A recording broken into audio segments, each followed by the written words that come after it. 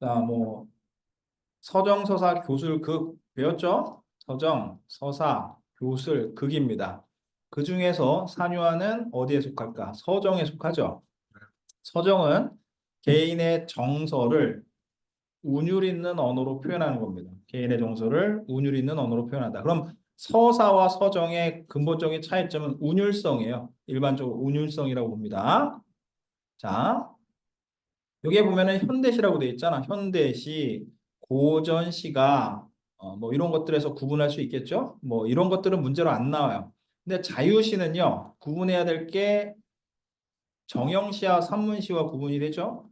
정형시, 그다음에 산문시. 정형시는 음수율과 음보율이 있어가지고 일정한 틀이 있는 게 정형시고, 산문시는 마치 수필이나 일기처럼 줄글로 이루어진 시가 산문시입니다. 대표적으로 즐거운 표지가 있겠죠. 즐거운 표지.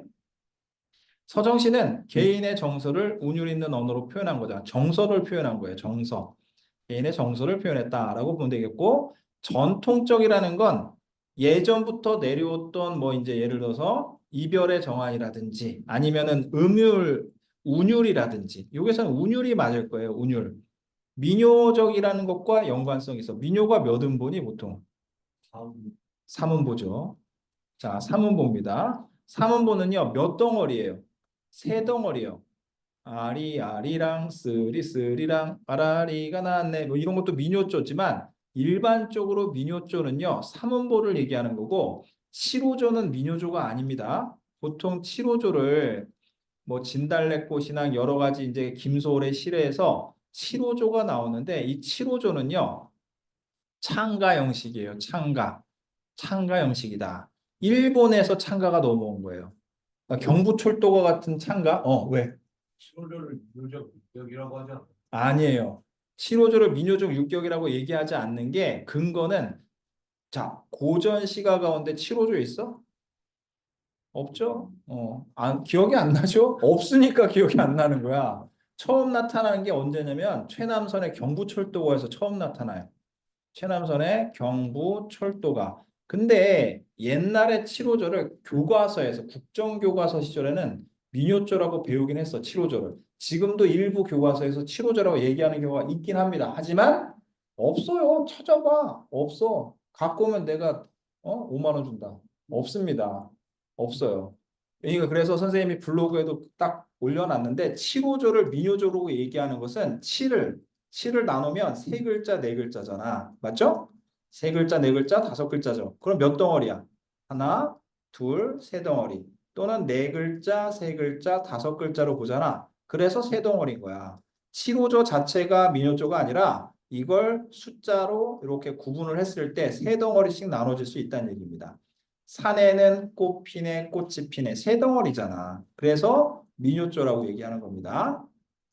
그쵸? 그 다음에 오른쪽에다가 요 관조적 있죠. 관조적. 관조적도 굉장히 중요한 말이죠. 고요한 마음으로 사물이나 현상을 관찰, 비추어 보는 것. 이것을 뭐라고 한다? 고용한이 아니라 고요한. 고요한 마음으로 사물이나 현상을 관찰, 비추어 보는 것을 관조적이라고 하는 거야. 가만히 쳐다보는 것도 있습니다. 고요한 마음으로 어떤 대상을 관찰, 가만히 쳐다보는 거예요. 그지? 여기에서 꽃이라는 대상을 가만히 쳐다보고 있다라고 보면 되겠죠. 맞죠? 그렇게 봐야 되는 거야. 산유화도 쉽지는 않아요. 이거 만약에 공부를 한다면 꽃과 같이 봐야 돼. 김춘수의 꽃이라는 시하고요, 같이 봐야 됩니다. 이거 같이 나올 수 있어요. 내가 볼 땐 엮어읽기 나온다면 김춘수의 꽃 분명히 나올 가능성 매우 높습니다. 자, 여기 뭐라고 돼 있어? 존재의 근원적 고도. 여러분들도 태어났죠? 태어났는데 가족들이 있잖아. 가족들이 있지만 결국에 가족들도 언젠가 우리들과 헤어질 수밖에 없어요. 그러니까 여러분들도 근원적인 고독감을 가지면서 살아갈 수밖에 없다라는 거야. 이제 존재의 근원적 고도. 삼음보를 여러 행에 걸쳐 배열했다는 얘기는 여기 보세요. 산에는 꽃 피네. 요거는 어떻게 돼 있어? 이음보를 한 행에 배열했죠. 그리고 꽃이 피네. 이 행에 또 하는 보를 배열을 했어요. 너네들이 이제 나중에 그 가는 길이라는 시를 보면은 이렇게 돼 있어. 앞에 음보를 이렇게 나란히 배열했습니다. 그러니까 후반부에는 음보를 이렇게 가로로 배열하고 전반부에는 음보를 이렇게 배열했어요. 여기는 천천히 진행되는 거고 빨리 진행됩니다. 그런 거와 유사하게 음보를 어떻게 가로로 두 개의 음보를 배열을 하고 그 다음에 밑에 하나의 음보를 배열을 했다. 이렇게 보시면 되겠고요. 자, 꽃이 피고 지는 자연 현상을 통해서 대자연의 이치를 보여준다. 또 존재 근원적 고독감 이런 것들에 대해서 얘기하겠죠. 일사연이 내용과 형식 면에서 서로 대응된다. 뭐 형식적으로 봤을 때는 뭐라고 보통 얘기하니? 수미상관 뭐 이렇게 얘기할 수도 있겠죠. 그치? 수미상관. 수미상관이 뭐예요? 수미상관, 다른 말로 수미상관, 다른 말로 그렇죠. 수미상응이라고 합니다. 서로 관련이 있다는 얘기입니다. 머리와 꼬리가, 머리와 꼬리가 서로 관련 있는 게 수미상관인데, 이거는 당연히 반복이니까 운율감을 형성하고, 또 의미적으로 강조를 하고, 형태적으로 안정감을 주기도 한다. 이것까지 아마 학교에서 얘기를 하셨을 것 같아요. 자, 산유화의 운율 형성 요소. 운율이라는 건 뭘 통해서 형성되니?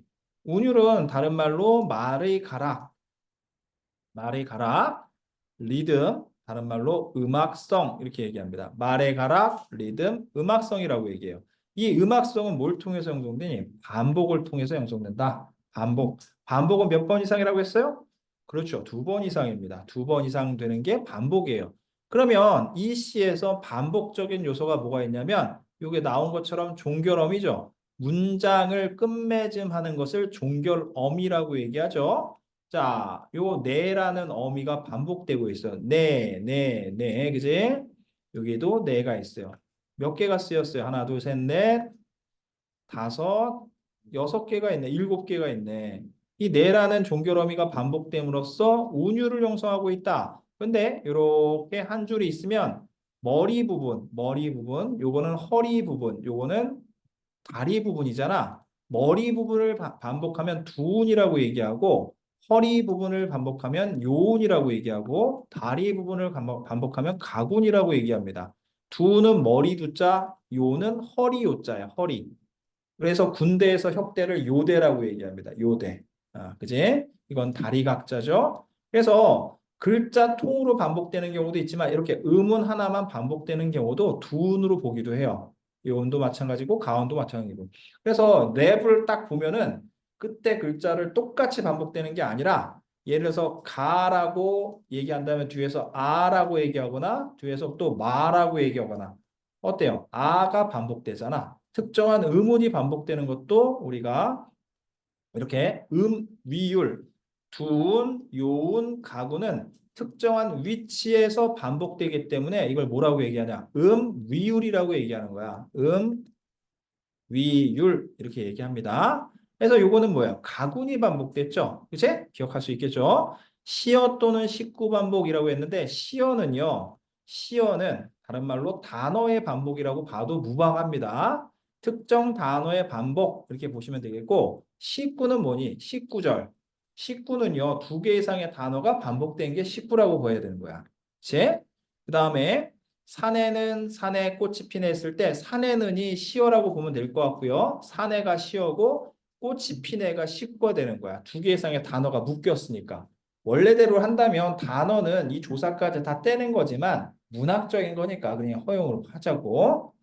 자, 삼음보의 운율 아까 얘기했다시피 산에는 꽃 피네, 꽃이 피네 세 덩어리죠. 각 연에 두 번 나타나며 삼음보를 다양하게 배열했다. 그쵸? 산에 피는 꽃은 이렇게 이거를 행별로 나열할 수도 있겠고 산에는 꽃 피네 꽃이 피네 요거는 두 개를 나열했잖아. 그래서 다양하게 배열했다 이렇게 보면 되겠죠. 이 나와 있는 그대로 기억을 해야 되는 거야. 삼음보의 운율 이 삼음보가 각 연에 두 번 또는 한 번 나타났다. 다시 말하면 다양하게 이런 것처럼 배열을 했다라고 보면 되겠죠. 자, 여기까지 됐죠? 산에는 꽃이 피네, 산에는 꽃 피네, 꽃이 피네라고 얘기했어요. 요 산은요, 공간적 배경이라고 보면 되겠죠?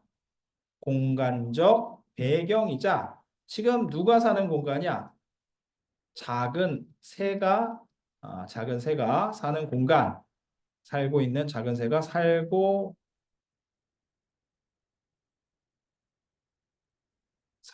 있는 공간이라고 봅니다. 나도 역시 여기 있고요. 산에는 꽃 피네. 이 산은 특정한 공간일 수도 있지만은 또 다르게도 해석할 수 있어요. 세계일 수도 있고 우주일 수도 있어. 세계나 우주로 해석하기도 합니다. 왜냐하면 이 산이라는 건 특정한 공간만을 얘기하는 것이 아니라 어떤 존재가 태어난 공간이잖아. 그럼 우리들도 여기서 태어났지. 산이라고 볼 수도 있겠지만 세상에 태어났잖아. 또는 우주에 태어났잖아. 어떤 존재가 태어난 장소니까 세계나 우주로 해석하기도 합니다. 알겠죠? 그러니까 태어났을 때 어떤 존재에 대해서 생각하는 그런 공간이에요. 산에는 꽃 피네, 꽃 피네.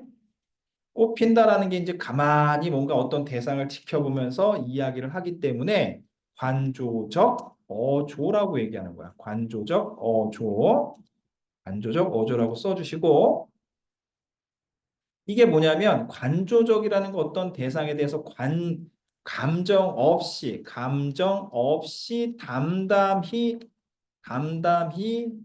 담담한 말투로 얘기하는 거잖아.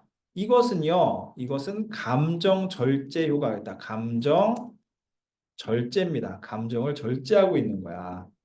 그러니까 감정을 두드러지게 나타내지 않고 내 감정을 꽉 누른 채 담담한 말투로 이야기를 하고 있는 겁니다. 대상을 객관적으로 살펴보면서 그 대상에 대해서 관찰하고 있다. 이렇게 봐도 돼. 산에는 꽃 피네, 꽃이 피네, 꽃이 피네, 꽃이 피네. 꽃이라는 존재가 산이라는 장소에 태어났지. 우리도 마찬가지야. 우리라는 나라는 존재가 이 세상에 태어났어. 이 우주에 태어났어. 태어난 것을 와, 태어났네. 이렇게 얘기하는 것이 아니라 뭐예요? 태어났다라고 그냥 감정 없이 담담하게 얘기하고 있는 거야. 산에는 꽃 피네, 꽃이 피네라고 어떤 존재의 탄생에 대해서 담담한 말투로 얘기하고 있는 겁니다. 오케이? 됐죠? 가을, 봄, 여름 없이 가을은 여기서 가을이라고 보통 해석하죠. 가을, 봄, 여름 없이 보통 봄, 여름, 가을, 겨울이라고 얘기하는데 가을, 봄, 여름 없이라고 얘기하고 있죠. 계절 순서를 바꾸어서 운율을 살렸다. 가을, 봄, 여름 없이 가을, 봄, 여름 없이. 자, 엄밀하게 따지면 이거를 학교에서 시적 허용이라고 말씀하셨을까 안 하셨을까? 볼 수도 있겠죠. 왜냐하면 가을인데 가리라고 표현했으니까 시적인 효과를 위해서 운율을 살리기 위해서 이렇게 표현했다라고 보면 되겠어요. 가을, 봄, 여름 없이 꽃이 피네. 이거는 꽃이라는 존재의 탄생이라고 보시면 되겠어요. 이거는 생성이죠. 생성 또는 탄생. 이것이 인간이라는 또는 모든 이 세상에 존재하는 존재의 탄생이라고 봐야 될 것 같아요. 됐죠? 네. 자, 그 다음 거 보겠습니다. 산에 피는 꽃은 저만치 혼자서 피어 있네. 그러니까 이 구절을 봤을 때 요 저만치라는 구절 때문에 이 전체의 시의 의미가 완전히 바뀌어 버린 거예요. 저만치라는 구절이 꽃과 다른 꽃과의 사이의 거리일 수도 있지만은 어떤 존재의 근원적인 고독감에 대해서 얘기하는 시구절이란 말이야. 그래서 저만치 혼자서 피어 있는은 뭐예요? 기존에 있던 꽃과 다른 꽃과의 거리일 수도 있어. 저만치 혼자 피어 있잖아. 존재라는 건 태어날 때부터 혼자라는 걸 얘기한다는 거야. 그리고 이 꽃은 또 나와의 거리일 수도 있어요. 나와 멀리 떨어져 있잖아. 즉, 나와 꽃 사이의 거리일 수도 있지만, 이제 이 꽃이 혼자 태어나는 걸 수도 있겠지만, 나 역시 혼자 태어났다. 이런 얘기일 수 있어요. 다시 말하면 꽃과 다른 꽃 사이에 요 거리일 수도 있겠고 꽃과 화자의 사이에 거리일 수도 있겠고 이 꽃을 자연이라고 본다면 자연과 인간 사이의 거리일 수도 있어. 이 거리를 통해서 뭘 알려주고 있는 거니? 고독감을 알려주고 있는 거야. 멀리 혼자서 피어 있잖아. 인간도 우리가 태어났잖아. 태어나면 인간관계를 맺고 살아가고 있는데 언젠가 친구들과도 헤어지고 부모라도 헤어지고 그 헤어진다라는 게 진짜 이별일 수도 있지만은 죽음일 수도 있는 거잖아. 그죠? 인간이라면 또는 생명이라면 언젠가 홀로 살아갈 수밖에 없는 근원적인 고독감에 대해서 얘기하고 있는 겁니다. 알겠죠? 자, 그래서 이 저만치가 중요한 거예요. 저만치 혼자 피어 있다? 꽃과 다른 꽃 사이의 거리, 꽃과 화자 사이의 거리, 자연과 인간 사이의 거리. 저만치 혼자서 피어 있다. 혼자 태어난 거잖아, 결국에. 또 혼자서 가고. 자, 산에서 우는 작은 새요. 새가 왜 울겠어요? 당연히 이 새는요, 뭐 때문에 울겠어? 존재의 근원적 고독감 때문에 슬퍼하고 있는 화자의 마음을 대신해서 보여주고 있는 거란 말이야. 그치? 존재의 근원적 고독감을 느끼는 화자의 감정과 일치된 대상이라고 봐야 되는 거야. 그래서 이게 뭐라고? 감정이입의 대상이라는 겁니다. 감정이입의 대상이야. 여기서 작은 새는요, 객관적 상관물이죠. 일단 또한 산에서 우는이라고 얘기했어. 존재의 근원적 고독감. 인간 또는 생명은 태어날 때 혼자 태어나고 혼자 갑니다. 죽을 때도. 그치? 이 근원적 고독감에 대해서 느끼는 화자의 감정과 어때요? 일치되어 있잖아. 그래서 이 작은 새는 감정이입의 대상이라는 겁니다. 자, 그러면 이것도 출제 포인트네. 객관적 상감을 하고 감정이 둘 다 나올 수 있고요. 또는 구분하는 문제가 나올 수 있어. 그래서 구분하는 문제 짝을 맞춰가지고 예를 들어서 우리가 송미인곡에 빈배 있잖아. 빈배는 딱 기호로 적어놔요. 그리고 이것도 작은 색 기호로 적어놔. 그럼 시를 여러 개 준 다음에 짝을 맞추는 문제가 나올 가능성이 매우 높다. 오케이? 자, 꽃이 좋아 산에서 산호라네. 꽃이 좋아 산에서 산호라네. 자, 지금 혼자 태어났지만 근원적인 고독감을 가지고 있지만 그것을 받아들이고 있기 때문에 좋아서 산에서 사노라네. 꽃이 좋아 산에서 사노라네. 그러니까 우리도 태어났잖아. 태어나서 지금 현생을 즐기고 있잖아요. 근원적 고독감을 근원적으로 우리가 고독한 존재라는 건 알고 있지만 그거 자체를 근원적인 고독감 자체를 인정을 하고 살아간다는 얘기야. 긍정하고 수용하는 태도를 가진다는 얘기죠. 자, 그리고 마지막 산에는 꽃지네. 꽃이 진다는 얘기는 생명으로 따지면 죽음과 관련이 있겠고 꽃으로 본다면은 피고 지잖아. 존재가 생성되면 언젠가 존재가 없어진다라는 것과 관련이 있어요. 꽃이 지네 가을봄 갈봄, 여름 없이 꽃이 지네. 이 꽃이라는 것과 연관되는 것은 우리의 어떤 삶의 모습과 연관이 되는 거야. 고독한 우리 삶의 모습과 연관돼 있을 수가 있다. 이렇게 봐야 되겠죠? 그렇다면 이 꽃이 지는 것은 우리 인간과 또 비교할 수 있겠죠. 이걸 또 다른 말로 객관적 상관물로 볼 수 있는 여지는 있어요. 학교에서 그렇게 안 보셨나요? 안 봤으면 기억할 필요 없어요. 여기서 그럴 여지는 있기 때문에 메모만 하세요. 메모만. 고독한 우리 삶의 모습을 대신해서 보여주는 사물이기 때문에 이 꽃을 객관적 상가물이라 보는 사람도 있습니다. 여기까지 되겠어요? 그렇죠? 그래서 하나만 적어줄게요. 뭐라고 쓰냐면 이 시는 생성과 소멸에 대해서 얘기하고 있는 거죠. 생성과 소멸의 순환 구조입니다. 생성은요, 1년에 나왔어요. 1년에 산에는 꽃 피네, 꽃이 피네, 가을, 봄, 여름 없이 꽃이 피네. 꽃이 단순하게 피는 것만 얘기하는 것이 아니라 존재의 생성이라는 거야. 존재의 생성. 단순하고 꽃이 피는 것이 아니라 존재가 새롭게 태어나는 거, 생성하는 것을 얘기하는 겁니다. 그래서 생성과 소멸의 순환 구조다. 그 순환 구조로서 이야기가 되고 있는 거고요. 두 번째, 세상에 존재하는 것들은 꽃이 마치 혼자 피어